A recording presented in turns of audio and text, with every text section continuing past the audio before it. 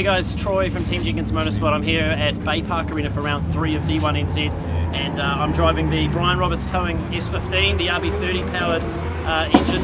Of course, it's a beautiful day out here. We're slaying through the tyres. It's been an awesome day so far, so hopefully we can get more practice before qualifying tonight, and we'll be into it. So fingers crossed for tonight. Hopefully we qualify high, but it's feeling good right now, so we'll see how it goes.